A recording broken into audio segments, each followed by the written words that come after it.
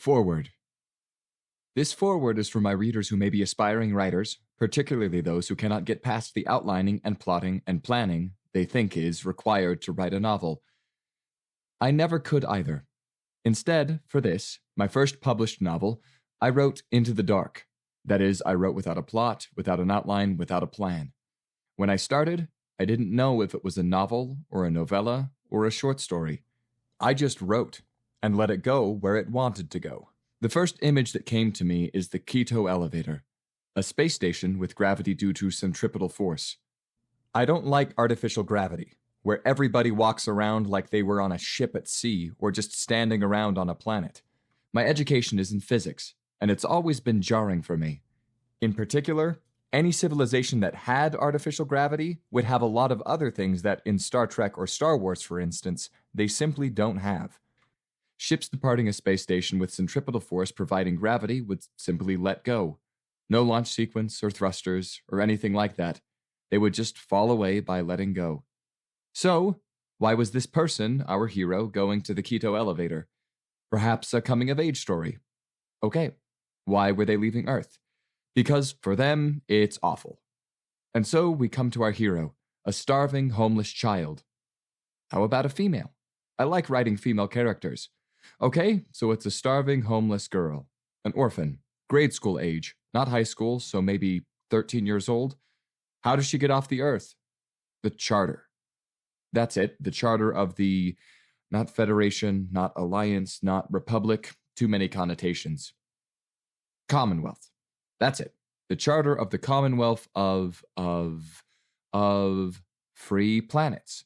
The charter guarantees citizenship in the Commonwealth if you, pass this citizenship exam, which you can take at 14 because she's 13, and I have to get her off planet to have a story.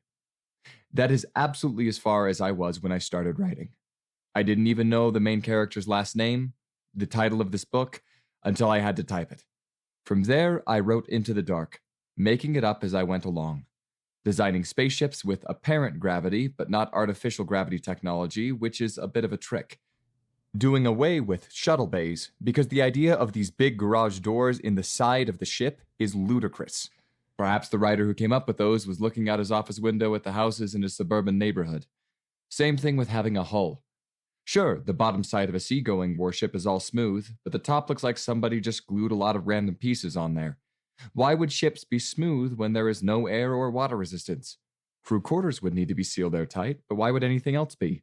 And why would you transfer stores, massive amounts of stores, to internal storage areas? Why not just latch the sealed containers onto the framework of the ship?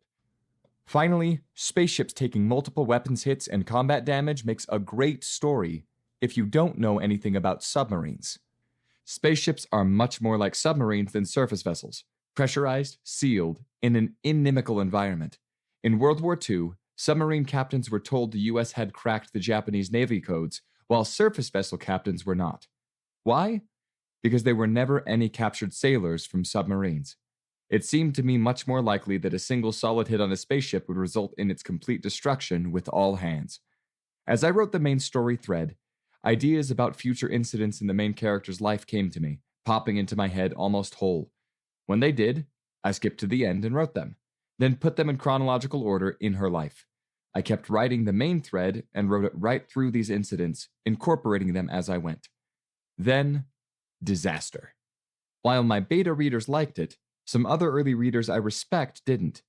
The main character was too perfect, which was not the character I had in my head. I added 100 extra pages about her life when not on ship, and added them after publication.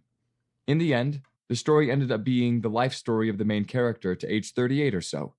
Most of it was a surprise to me, which I only learned as I was writing the story. I hope you enjoy it.